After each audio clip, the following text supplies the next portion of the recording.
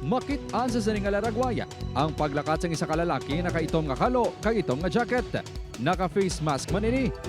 Ang mga laragway ang screenshots ang CCTV nga ginpadala sang residente sang Zone 8 Habitat Relocation Site sa barangay San Isidro Haro sa punong barangay.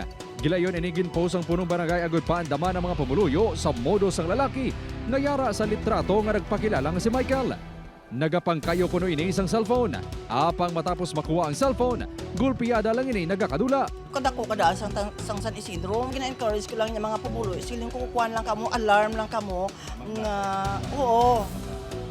Para siling ko nga, in kaso kung narada sa inyo, siling ko tawag lang kamo pulis. Apisar hindi klaro nga makita na nawang sa lalaki sa mga laragway. Positibo iningid kilala sang pamilya nga ginbiktima sang lalaki sang Nobyembre. Pagsaysay ni Mila, nagtanyag ang lalaki nga nagapangkayo kuno sang guba nga cellphone. Bangod nakuha na sang sospek ang ilabot, ginpakayo ni Mila ang iya cellphone, pati ang iya sang bana sini kagapo. Ginabanta 10,000 pesos ang balor sang tato ka cellphone. Ginpaupod ni Mila ang ilakabuli nga si Mark sa sospek sa isa ka mall. Bangod dito kuno ini may pwesto.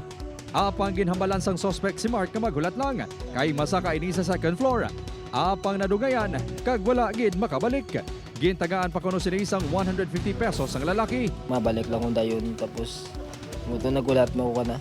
Tapos buhay-buhay, way balik. Basta nga nagabihan kuya. Pila ka oras to ulat mo mga anom sobra. Sobra sir. Makita, bibisan na vendo mga suki ko, kag mga bata-bata ko na yun, hindi makita, kaluluoy din saya. Bisan ako guro makakita ba, si mag-agid sa basi manampusan ka pa sa? Padayon na ginatumod sa barangay ang lalaki nga ginatudlo na pangtunto. Ginahulat pa sang kapulisan nga mablatter sa ilang natabo. Panugyan sang kapulisan sa publiko. Hindi sila yun mag-party, kag i-report nila yun sa kapulisan if napatsaga nila nga fraudulent hindi nga transaction at the same time parang ma-warn nila nga bulitan sa atong muluyo.